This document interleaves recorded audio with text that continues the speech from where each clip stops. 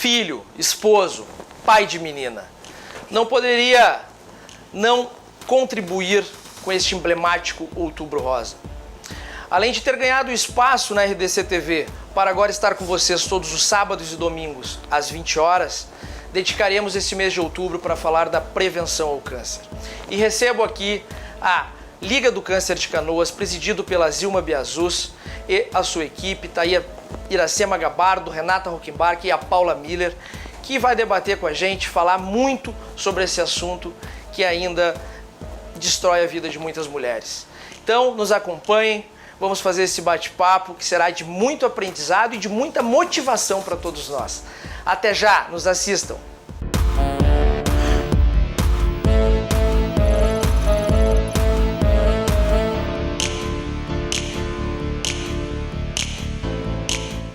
E hoje é um dia muito especial. Estou recebendo aqui para nós abrir o mês de outubro a Zilma Biazus, presidente da Liga do Câncer de Canoas, e também a doutora Iracema Gabardo, a Paula Miller, que vieram aqui nos contar qual é o trabalho que a Liga faz, como que eles conseguem auxiliar na prevenção do câncer, este assunto sério que a gente abre este espaço hoje para que isso seja colocado a todos vocês. Boa noite, dona Zilma. Boa noite a todos vocês. Boa noite. Dona Zilma, nos conta um pouco como começou a Liga de Combate ao Câncer de Canoas. A Liga de Combate ao Câncer, ela, como em todos os municípios que existem, nacional, estadual, ela é formada por mulheres que fazem o trabalho voluntário na prevenção do combate ao câncer. Então, nós existimos em Canoas desde 1985 e era ligada a Porto Alegre, porque antes era assim, Porto Alegre centralizava no estado, as ligas todas dos municípios eram ligadas eram núcleos da Liga de Porto Alegre. Depois, em 2001, então foram desligadas, cada município ficou com a sua liga, bem independente. E aí, hoje, desde lá, nós estamos, então, com o nosso núcleo, já não é mais núcleo de Canoas, é a Liga Feminina de Combate ao Câncer de Canoas. E é formada por mulheres que trabalham. Quantas mulheres hoje tem envolvidas na Liga? Na nossa Liga, temos na listagem, nós temos 170 voluntárias. 170 voluntárias trabalhando junto ao combate ao câncer. E onde vocês fazem esses trabalhos, dona Zilma? Nós fazemos o trabalho lá em Canoas. Nós, inclusive, já vou te adiantando, nós temos o nosso centro que a gente construiu um prédio, onde também antes nós estávamos em salas cedidas pela Prefeitura de Canoas, e nós, então, a nossa sede era lá. Mas depois, através do sonho de uma ex-presidente, a Mara Santos, nós, então, conseguimos começar a construir a nossa sede. Então, o nosso prédio já tem a sua própria sede. Nós temos o nosso prédio, é um prédio com 2 pisos, 840 metros quadrados. E lá nós temos já funcionando, já faz 5 anos, no primeiro piso está funcionando a oncologia. Estão sendo atendidos principalmente casos de SUS. Mas agora nós estamos com o segundo piso pronto. Lá no segundo piso nós temos mais uma sala de atendimento e a sala da Liga. Quantas mulheres hoje se beneficiam hoje, então, com a Liga? Quantas mulheres hoje já estão usando essa nova estrutura de vocês? Nós estamos agora atendendo mulheres e homens, né? Nós atendemos os dois sexos. Nós estamos com 700, 750 atendimentos por mês. Só que Canoas centraliza, não são só canoenses que vêm se tratar lá, de vários municípios estão vindo se tratar lá. Porque Canoas também, uma vez, elas vinham fazer a aplicação de quimio em Porto Alegre. Agora, já que nós temos lá, então estão sendo atendidos os de Canoas e vêm as outras cidades, Cachoeirinha, Santa Rita, vários municípios de Canoas estão sendo atendidos lá. E lá vocês fazem um atendimento, ele é um atendimento mais médico ou mais psicológico? Nós temos atendimento médico, nós temos a nossa oncologista, que depois vai aparecer aí. Nós temos o nosso atendimento psicológico. Nós, inclusive, temos atendimento jurídico também. Pessoas que às vezes têm casos de problemas jurídicos, então nós temos advogada que faz esse trabalho jurídico também. Conseguir medicação junto ao Estado, esse tipo aí eu de vou coisa. chegar na medicação agora. Nós temos um convênio com uma farmácia do Estado, onde não estamos recebendo nada. Nós temos atendimento com uma farmácia, a gente fez uma pesquisa, qual é que seria o preço mais em conta. Nós, então, elas vão lá com as receitas, nós carimbamos, e aí elas podem retirar os remédios lá e a Liga paga.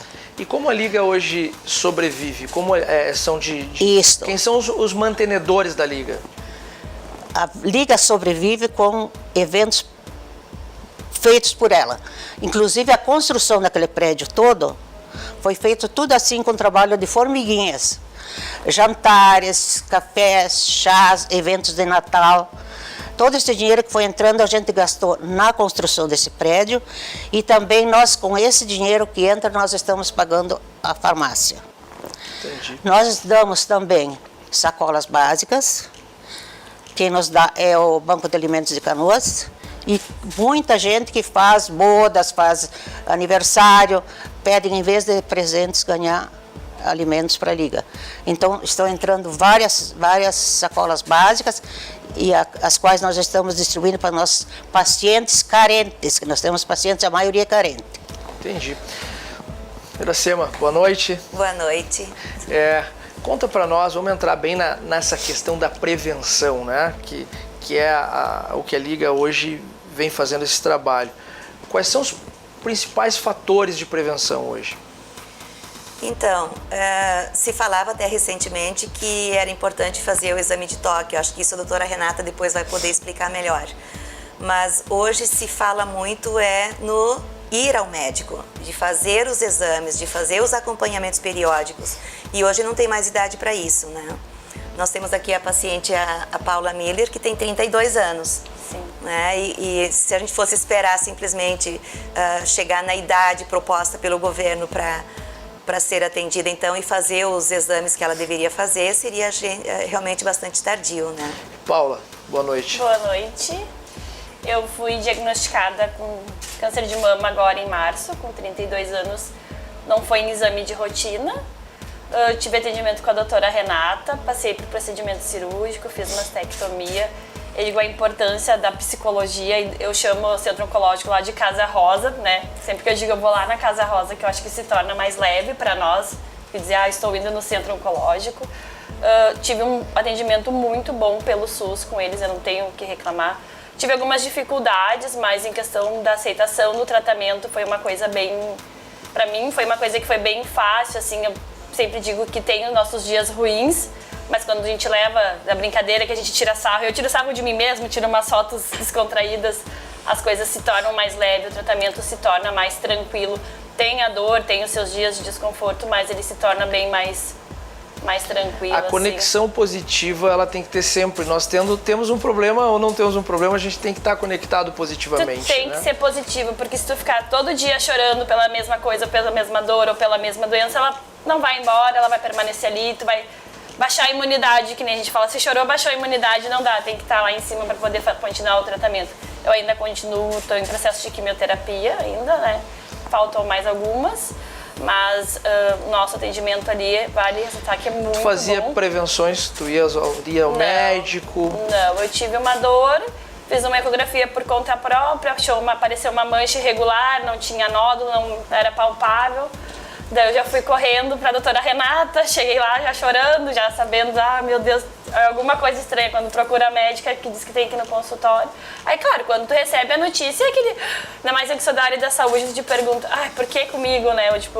Ou por que não eu? Eu sou mais uma paciente agora que teve o câncer de mama e aquilo, se toca cedo, porque quanto mais cedo tu descobrir, mais cedo tu te cura. Aquela coisa, eu não vou fazer, eu não quero descobrir, aí Deus o livre de descobrir, não. Qual foi a importância da Liga na tua vida?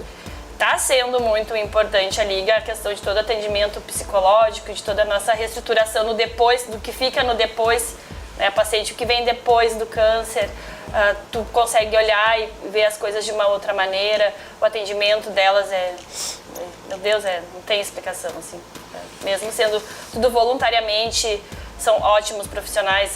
A doutora Renata, ela sempre está disponível para nós, independente de qualquer horário, manhã, tarde, noite. Ela é uma médica, assim, exemplar, não tem... Como vocês veem a importância do acompanhamento familiar? Pesa muito, assim. Eu acho que, na verdade, todos os familiares deveriam de ter um acompanhamento com o psicólogo, com o pessoal da psicologia também, porque se torna difícil aceitar. Imagina, no meu caso, eu tenho um filho pequeno, chegar em casa para o meu filho um dia chegar sem cabelo, né? A criança não dá falta, mas às vezes, mãe, vem cá, que ele fala pra mim, eu vou rapar a cabeça pra ficar igual a ti hoje. Ele tem o cabelo, ele raspa a cabeça, e a minha de 15 anos também, assim, achou estranho, mas eu acho que todos deveriam ter um acompanhamento também, porque não é uma situação fácil, é uma situação delicada e que tu tem que ir driblando da melhor maneira possível. Tu arruma o teu lado, tu arruma a casa, Eu tive o apoio da minha irmã, que, Deus o livre, a famosa Mana, todo mundo conhece ela, que não me largou de jeito nenhum. Então, acho que quando tu tem que ficar com pessoas que sejam positivas, por mais que às vezes elas te falem coisas que acabem te machucando, tu tem que entender que a forma delas, tipo, ou quando elas falam pra ti assim, mas o cabelo vai crescer. Escutar isso não é legal, a gente sabe, mas elas falam na posição de incentivar, tipo, não, vai crescer. Motivar. Vai crescer bonito, mas é o jeito delas vai vir melhor do que já era. Mas tem dias que aquela forma de falar, tu pensa assim, mas vai crescer. Se eu quisesse ter cortado o meu cabelo e deixasse ele do jeito que tá, não é uma coisa de tu passar a mão e dizer, meu Deus, agora não tem mais e tu... E, dona Zilma, pessoas como a Paula depois seguem na liga junto com vocês aí nessa luta também. São nossas parceiras eternas depois. Mas eu até vou passar, acompanhar ela, já dando o depoimento dela, eu também tive câncer. A senhora também? Tive nesse seio aqui um centímetro, tumorzinho. Aí a doutora Renata tirou, só que eu não fiz quimio, eu fiz rádio, que infelizmente nós não temos rádio em Canoas, porque é caríssimo, nós não temos condições de botar, então tive que ir a Porto Alegre fazer e depois acho eu que estou curada, não sei. Acho a Renata também.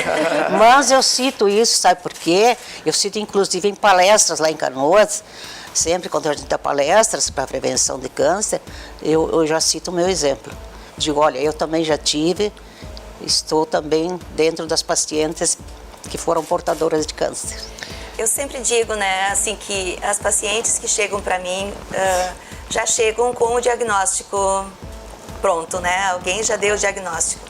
E a forma como esse diagnóstico é passado para elas é que faz toda a diferença, né? Então, de qualquer maneira, assim, o fato de receber um diagnóstico com câncer, primeira coisa que passa pela cabeça das pacientes é, eu vou morrer. Né? Quer dizer, câncer ligado à morte. É automático, assim, acho que liga um botãozinho, assim. Quando elas chegam para mim, o que acontece, né? Eu vou vendo com elas, assim, todas as fases, na verdade, de um luto, né? Quer dizer, o enfrentamento do câncer é um luto também, né? Porque perde a beleza, o corpo vai se transformando, são várias perdas que elas vão sofrendo ao longo do tratamento. Então, o que acontece? A primeira é bem como a Paula falou, por que eu, né? E aí tende a negar, né? Eu nego que eu tô com câncer, ao invés de ir lá na doutora Renata só, eu vou num outro médico, até que encontro alguém que me diga, não é bem assim, vai fazer um tratamento, vai ficar melhor. E o que mais impacta hoje é a autoestima? Então, eu encontro pacientes de duas formas, assim. Eu encontro pacientes que estão muito preocupados porque o cabelo vai cair, né, com o tratamento quimioterápico, mas a maioria é com a mutilação. Quer dizer, algumas pacientes tiram a mama e já tem como fazer a reconstituição, mas nem todas fazem, nem todas podem fazer, nem todas, por alguma razão, enfim, naquele momento não é feita a reconstituição. E aí elas se sentem mutiladas. Então, essa é uma das piores fases, eu acho, que é o fato de elas se darem conta que estão sem uma mama. Então, tem aquelas que brincam, ficam inventando situações para colocar uma mama provisória, postiça ali. Tem umas que usam feita de aquilo que os passarinhos comem, né? Isso, alpiste, elas usam mamas feitas de alpiste, outras botam um limãozinho, outras botam de silicone. Então a gente encontra de tudo, assim, né? Mas cada uma vai encontrando o seu jeito de lidar com a situação toda. E existe hoje um percentual de cura já? A medicina vem evoluindo a favor disto? Então, o que acontece assim, quanto mais cedo ele é diagnosticado, mais fácil é o tratamento. Né? Então, essa é a ideia, de poder pegar o câncer já no começo. Quando acontece o diagnóstico, vai para o tratamento e eu diria assim que praticamente todas podem se curar. Mas isso vai depender sempre da forma como aconteceu esse câncer, né? O quanto ele já avançou naquele organismo. E uma coisa que eu sempre falo assim, o tratamento mesmo, ele reage diferente nos organismos, né? Então, cada pessoa reage de uma maneira diante do tratamento. Aquele tratamento reage diferente no organismo daquela pessoa. Né? Então, mesmo sendo o mesmo tipo de câncer, mesmo recebendo o mesmo tratamento, a pessoa reage de forma diferente. Então, aí é que entra a questão psicológica, certamente. E Paula, como é lidar com a vida profissional e com a doença? Eu fui afastada do serviço, eu trabalho em hospital, sou técnica, então tô afastada desde março. A questão de ficar em casa acho que foi o mais complicado, porque eu tinha uma vida ativa dentro do hospital. Quis voltar fazendo tratamento, não fui liberada, tenho que aguardar. Mas tu começa a ver que nem sempre tu trabalhar vale a pena e tu deixar a tua vida de lado, assim, tipo, dinheiro é bom, mas a tua vida, a tua autoestima, o teu lazer vale muito mais a pena do que tu tá sempre num ritmo frenético, assim, 24 horas por dia vivendo dentro do hospital. Eu amo o que eu faço, mas agora, depois dessas mudanças... Me amo agora em primeiro lugar, em primeiro lugar tem que ser eu, não adianta. Pessoal, a gente está aqui com a Liga de Combate ao Câncer de Canoas. Nós vamos para o nosso intervalo comercial, vamos voltar em seguida aqui com a dona Zilma Biazuz, Iracema Gabardo e a Paula, que a gente está debatendo aqui todos os assuntos que precisam ser tratados com muita seriedade em razão do câncer. E esse mês de outubro aí, o programa Vai Lá e Faz vai dedicar todos os seus finais de semana para as mulheres, para que isso seja tratado da melhor forma e que a gente possa colaborar de alguma forma na prevenção. Voltamos já!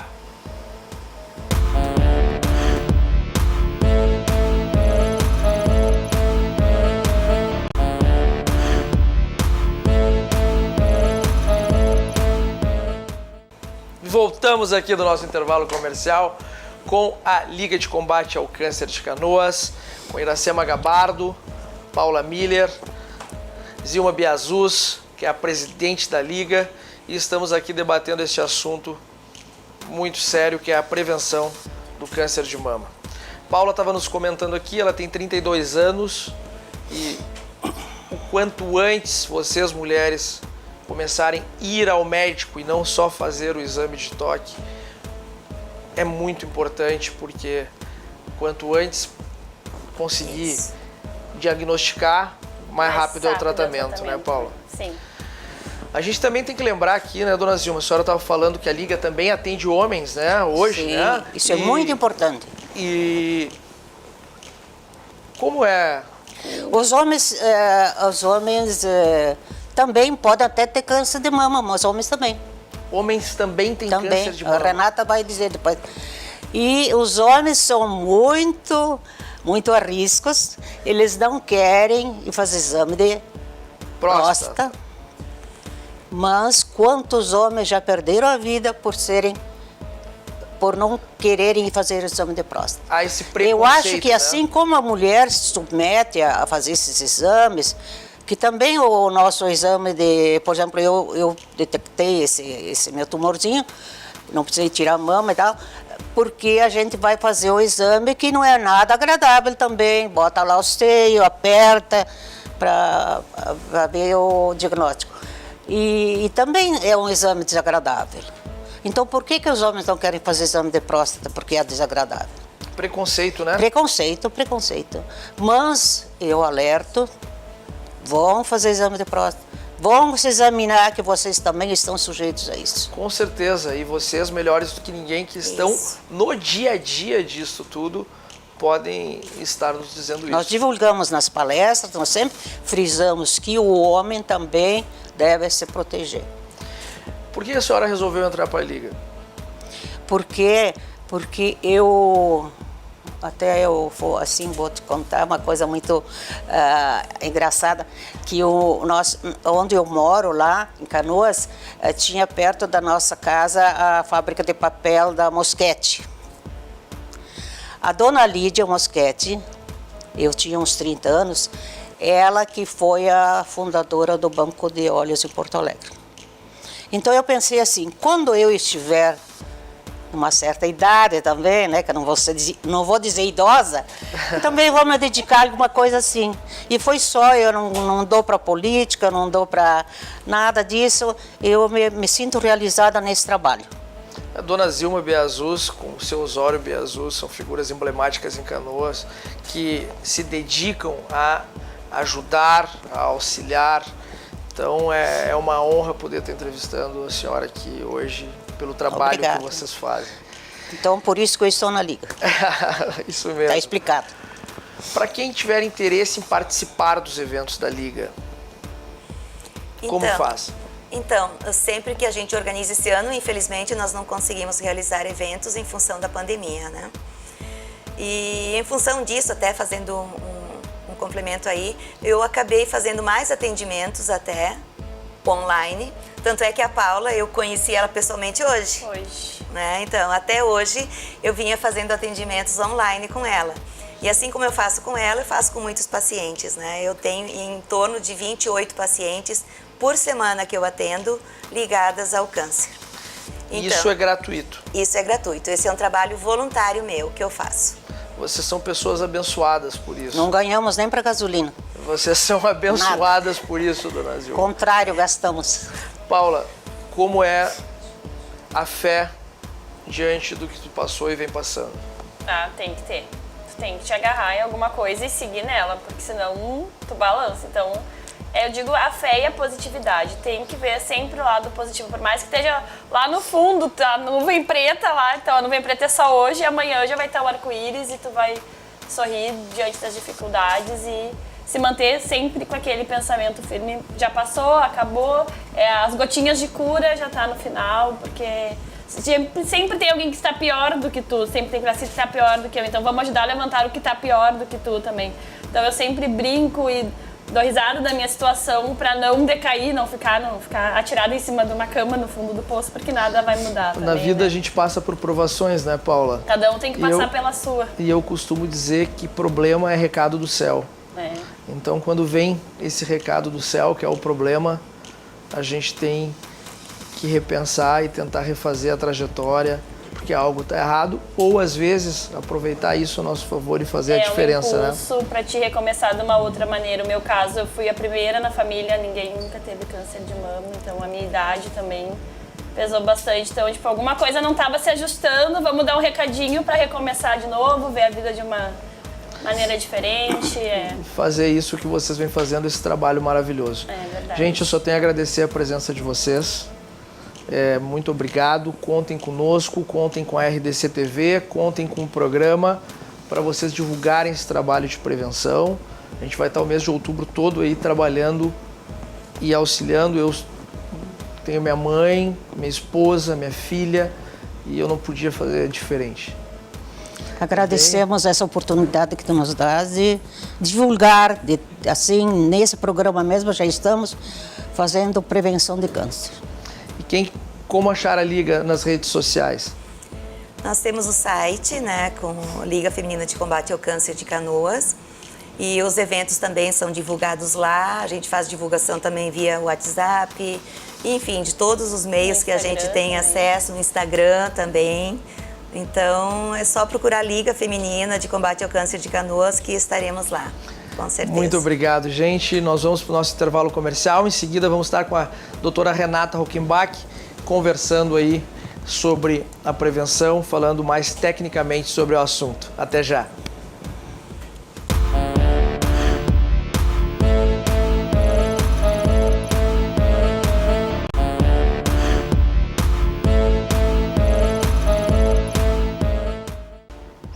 Voltamos aqui do nosso intervalo comercial. Estávamos até agora com a Liga de Combate ao Câncer de Canoas. E agora estou recebendo a doutora Renata Hockenbach, que ela é mastologista. Boa noite, Renata. Boa noite. Renata, conta pra mim já, vamos tirar a curiosidade do público, qual é a diferença da mastologia para a oncologia?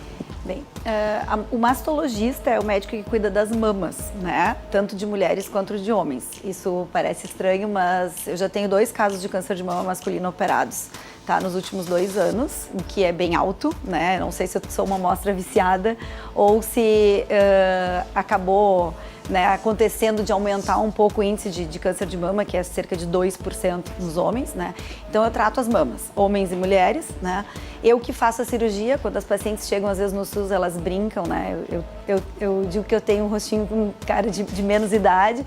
É a senhora que vai me operar? Sim, sou eu que vou operar. E o oncologista é quem vai prescrever a quimioterapia, quem vai acompanhar a paciente na hora da aplicação de quimioterapia e toda a evolução. Depois a gente fica fazendo uma dobradinha, né? A cada 6 meses ela vê o oncologista e a cada 6 meses me vê, pra gente continuar um acompanhamento dessas pacientes, né? As pacientes, eu brinco com elas, elas nunca mais se livram de mim, né? Elas vão ter um acompanhamento conosco eternamente, né? E tem que brincar, né? Porque acaba sendo um assunto pesadíssimo, o qual para vocês também, médicos, existe um efeito psicológico gigantesco e acaba tendo que descontrair de uma certa forma. Como é isso, Renata? Eu sempre digo para as pacientes que a cada diagnóstico a gente sofre junto e sabe toda a história delas. Às vezes elas ficam impressionadas porque a gente atende um grande volume de pacientes, né? A dona Zima falou ali, a gente está com média de 750 pacientes mês fazendo quimioterapia. Só que as outras pacientes que ganham a quimioterapia via oral e todos os outros atendimentos continuam existindo. Então, assim, a gente tem um volume muito alto de pacientes, né? E a cada diagnóstico a gente sabe a história da paciente, a gente sabe o tipo de tumor, o que precisa cuidar mais, o que precisa cuidar menos, e a gente acaba se envolvendo, não tem como não se envolver, né? É impossível. Tu estás ligada diretamente à Liga também? Faz teu trabalho voluntário lá? Faço. Na verdade, a gente acaba tentando, né, fazer sempre a prevenção, né? O pessoal da Liga, eles têm alguns folders que antes do Covid a gente conseguia ir para as ruas, conseguia fazer palestras. Esse Outubro Rosa agora vai ser completamente atípico, porque a gente já está programando as lives com as empresas, né? Vão ser poucos os lugares que vai ter eventos assim com 3, 4 profissionais para a gente gravar e botar isso via internet. Porque com a pandemia também a gente teve que se reinventar, né? A Liga, ela funciona basicamente com doações, né? Tanto de rancho quanto dessas vendas de produtos, camisetas, bottoms, sombrinhas, eventos, chás. E com a pandemia, todo mundo se retraiu em casa, ninguém conseguiu, né, fazer eventos, então a gente está tentando se reinventar também para fazer alguns eventos, para tentar ajudar a Liga que consiga estar ajudando esses pacientes que são necessitados, né? E como faz agora nessas questões online, por exemplo? Existe, a Liga tem algum canal de doação ou ainda não foram? A gente tem uma página no Instagram, já tinha uma página no Facebook, mas hoje em dia o Instagram está sendo muito mais visualizado do que o Facebook. Então a gente fez a primeira live no mês passado, né, com o oncologista, com o Dr. Soren, comigo, com a doutora Iracema e com a dona Zilma. E nessa live o pessoal podia doar ranchos, a questão em dinheiro, e teve leilão de algumas coisas, tipo uma obra de arte, camisetas do Grêmio, do Inter. Então, com isso a gente pegou um pouco de verba para conseguir continuar ajudando os pacientes, principalmente nessa questão da farmácia, né? Porque às vezes o pessoal pensa assim, mas a paciente está pelo SUS e ela está tendo todas as medicações pelo SUS. Não, uma paciente que está em quimioterapia, às vezes ela precisa usar medicações para ânsia de vômito de 6 em 6 horas. A gente tem pacientes ali na Liga que já são pacientes crônicas, às vezes que têm metástase, então elas usam muita medicação. Então, o pouquinho que a Liga conseguir ajudar, a gente vai estar aliviando esse momento, né, que é tão dolorido para o paciente e para o familiar. Muitas vezes agora a gente percebeu também que com a questão de ir para o INSS, os pacientes acabaram não recebendo, então assim, muita gente procurando as cestas básicas, né, que a gente tem para fornecer. Então é feito todo esse apoio, né, essa rede de apoio, e junto com a psicóloga, que é vital, né, num serviço de oncologia a gente precisa ter todas as etapas, né? Existe muita diferença hoje Dizem que o estado do Rio Grande do Sul e Porto Alegre tem um alto índice realmente existe essa diferença grande dos demais estados do país? A gente acaba acompanhando com a Sociedade Brasileira de Mastologia os índices, né? Não se sabe muito bem o porquê, se atribui um pouco à carne, né? A nossa ingesta. A gente sabe que o câncer de mama, ele pode ter vários fatores, né? Um deles pode ser a ingesta de gado, né? Porque o gado, a gente sabe, o gado, frango, recebe hormônio, mas se tu começar a entrar na paranoia, né, de não comer mais nada, tu só vai tomar água e daqui a pouco tu vai pensar que na água possa ter alguma coisa. Então, eu sempre brinco com as pacientes que moderação, né, é a palavra certa. Existe um estudo já que comprovou que a ingesta de bebida alcoólica para a mulher pode, meia taça de vinho ou uma latinha de cerveja a dia, tá, pode aumentar o risco de câncer de mama. Então, uma coisa que a gente precisa saber, né? As mulheres, elas foram para o mercado de trabalho, elas estão tendo a mesma rotina que os homens e a dose para álcool, não existe uma dose segura para a mulher, né? Claro que a gente sabe que tem os cânceres ligados ao homem, mas principalmente mama, que é, assim, um dos cânceres que mais a gente atende ali no centro de oncologia, tem muito a ver, às vezes, com o perfil da paciente, né? Usou reposição de hormônio, então eu sempre digo que o hormônio é o açúcar na boca da barata, né? Não tem por que estimular. O organismo foi feito para ter a primeira menstruação, ter os filhos e depois entrar na menopausa. E tem mulheres que às vezes com 70 anos estão usando reposição hormonal, né? Que tipo de reposição hormonal? Todos os tipos. Tem paciente que usa via oral, tem paciente que usa intravaginal e testosterona, assim, testosterona, GH. estrogênio, tudo, né? Então a gente tem que cuidar isso, né?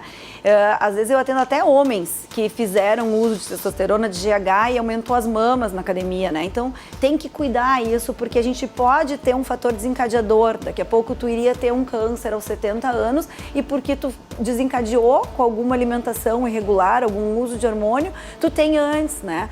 Aquilo que a Iracema falou é muito importante, assim, os tipos de tumores, eles são diferentes, né? Então quando a gente faz o diagnóstico, a gente tem que saber que tipo de tumor que a gente está lidando, né? Que tipo de tratamento que a paciente vai ter, porque elas gostam às vezes de se comparar. Ah, mas eu estou no grupo e a fulana aconteceu isso. Mas nem sempre é uma receita de bolo, né? Tem alguns tipos de tumores que a gente sabe que são mais agressivos, que são comuns em pacientes jovens. Mas não é raro eu pegar uma paciente, às vezes, de 75 anos e ter um tipo super agressivo como se fosse uma paciente de 30. Então, isso às vezes acontece em medicina. Eu sempre digo que 1 mais 1 não é 2, né? E qual é a idade certa para começar a fazer essa prevenção?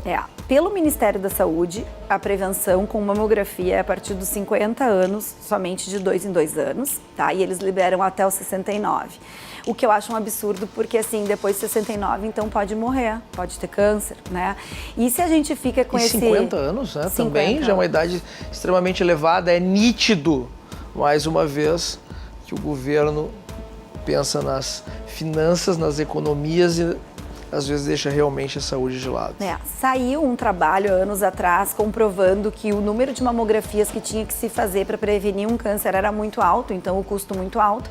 Mas eu sempre digo, mamografia para o governo é um exame barato, né? Em vista de todo o tratamento que a gente pode precisar ter, né? Que nem o caso da Paula, ela sentiu uma lesão e porque ela é técnica de enfermagem, ela sabia o que ela tinha que cuidar. O mamilo entrou para dentro, tem uma área que é palpável, a pele mudou, parece uma celulite na mama. Esses são sinais de que a paciente pode ter de alerta que alguma coisa está errada, né? Vermelhidão na mama. Mas a gente precisa oferecer, e a Sociedade Brasileira de Mastologia, a FEBRASGO, que é a Federação dos Ginecologistas, já tem protocolos dizendo que a paciente tem que começar com a mamografia a partir dos 40 anos de idade, todos os anos, não existe isso de 2 em 2 anos. Só que pacientes que têm histórico familiar, de parentes de 1º e 2º grau, eles têm que começar a cuidar das mamas 10 anos antes do familiar mais jovem que teve o câncer.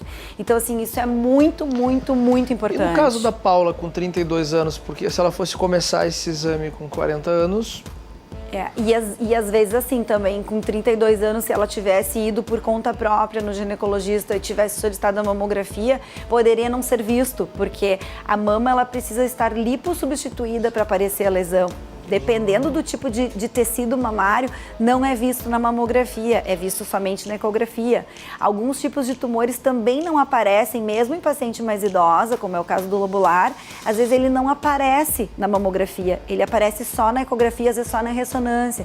Então são coisas assim que a gente ensina a paciente a cuidar das mamas, né? Como ginecologista, o ginecologista tem que dizer que a paciente tem que se olhar, tem que se tocar, mas a gente não fica mais batendo na tecla do autoexame todos os meses, porque muitas vezes a paciente não vê a lesão, não palpa a lesão e depois ela fica se culpando. Então é fazer os exames, é procurar seu médico uma vez por ano, nem que seja o ginecologista, né, para fazer os exames de rotina, porque às vezes não é só mama. Se tu tem um histórico de câncer de pâncreas na família, por exemplo, tu pode ter risco de câncer de ovário, né, se tu tiver alguma alteração genética. Então a gente tem que tratar o paciente como um todo, né. E mulheres com prótese, isso influencia em alguma coisa? Mais risco, menos risco? Não, inclusive eu digo para as pacientes que às vezes me procuram num pré-operatório que vai colocar prótese, querem olhar as mamas, querem fazer uma ecografia de rotina antes de colocar, que a mulher com prótese, ela acaba cuidando mais da mama, Márcia. Ela começa assim, ó, a ficar num controle. Por quê? Porque ela enxerga aquela mama ali como às vezes a coisa que ela mais sonhou era botar aquele silicone. Então elas cuidam mais. Até eu já peguei casos que a prótese empurrou o tumor, que era bem profundo na mama e que a paciente não iria sentir, que nem a dona Zima diz, um grãozinho de areia, e a prótese ajudou a paciente a diagnosticar o tumor jovem e conseguir fazer uma cirurgia às vezes conservadora, que é a não retirada de toda a mama. Então existe muito mito também, né? Muito mito. Quais são os principais mitos, doutora? Um dos mitos é assim, ó, quem procura acha. Isso aí a gente escuta das pacientes, mas eu sempre digo assim, que quem procura acha cedo, né? E se tu começa a fazer teus exames e se a gente vê o caso da dona Zilma, mas ela já passou dos 69 e o Ministério da Saúde preconiza que não faça.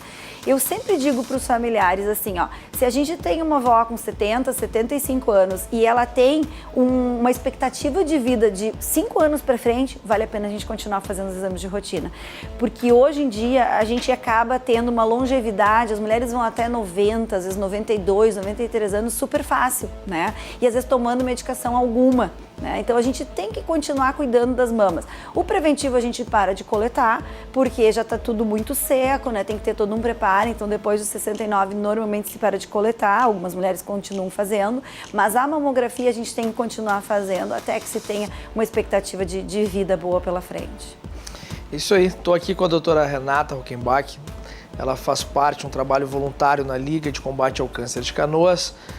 A gente recebeu nos primeiros blocos aí o pessoal da Liga falando e o Vai Lá e Faz durante todo o mês de outubro vai estar junto, colaborando nessa prevenção. Estamos indo para o nosso intervalo comercial e voltamos em seguida com a doutora Renata Rockenbach, dando todas as dicas e falando da parte técnica sobre a prevenção do câncer de mama. Até já!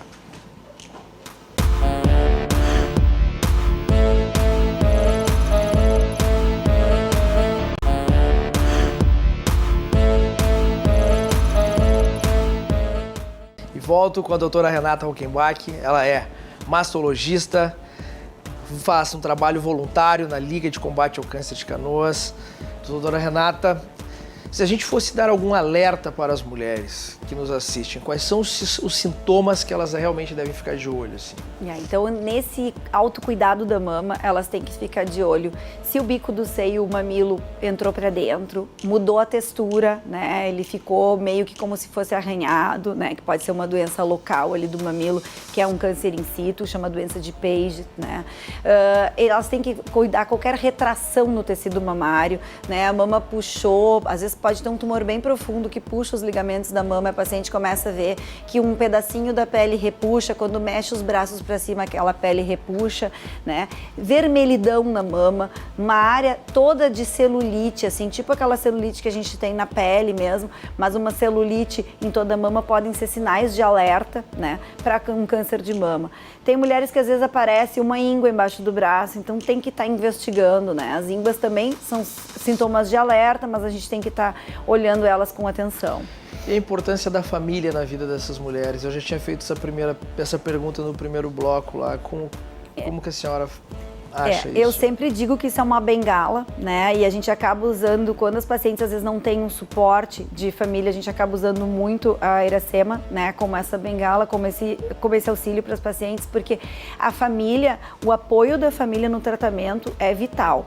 Tem muitas mulheres que às vezes chegam pra gente e elas não têm nem com quem contar, né? Então, às vezes elas se suportam na Liga, né? Com todo esse apoio que as mulheres da Liga dão, para tentar ter essa bengala para poder passar por esse tratamento de uma forma um pouco mais leve. Mas a família junto é muito importante.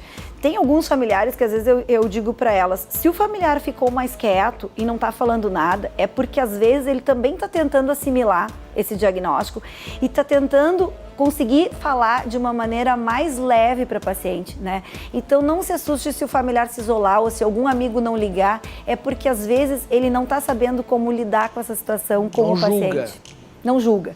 Porque às vezes o paciente, né, fica, mas era tão minha amiga e agora nesse momento que eu tô precisando. Não julgue, porque às vezes a pessoa não sabe o que falar, então a pessoa acaba se isolando para tentar assimilar esse diagnóstico e tentar ajudar da melhor forma possível. Cada um reage de uma maneira, né, doutora? Exato. Como você trabalha a questão da autoestima nas suas pacientes? Eu sempre digo para elas que a gente não vai ter uma explicação o porquê que elas estão passando por isso, né? Que não bote a caraquinha para fora, que nem a Paula fez, enquanto ela não estiver pronta para botar o peito e dizer, tô passando por isso, tô bem, né? Não fiquem me achando metástase. Então, a autoestima, assim, bota um batom bem bonito, maquie os olhos e se tiver preparada. Quando elas não estão preparadas ainda, porque tem essa fase do luto, como a Iracema estava dizendo, eu sempre digo, não expõe a doença.